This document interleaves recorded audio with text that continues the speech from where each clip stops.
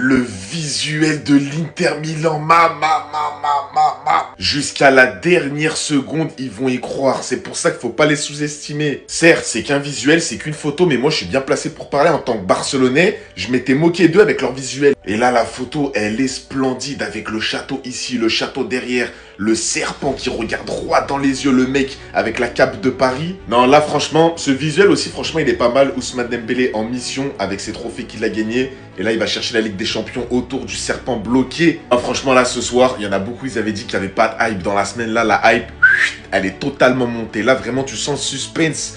Tu sens les supporters du PSG et les supporters de l'Inter en plein stress. Tu sens la tension autour de ce match. Et nous, vu qu'on est en France, tu sens un engouement incroyable autour du PSG, surtout à Paris.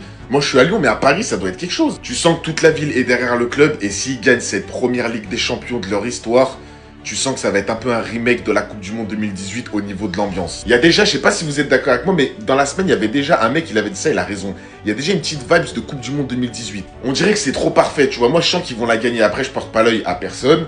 L'Inter, faut pas sous-estimer. Un match, c'est 90 minutes. Il y a deux équipes, 11 contre 11. En vrai de vrai, que le meilleur gagne. Le football, c'est comme ça. Mais franchement, le visuel de l'Inter, j'espère l'année prochaine, ils vont faire pareil. Parce qu'en vrai de vrai, c'est super beau. Moi, je kiffe.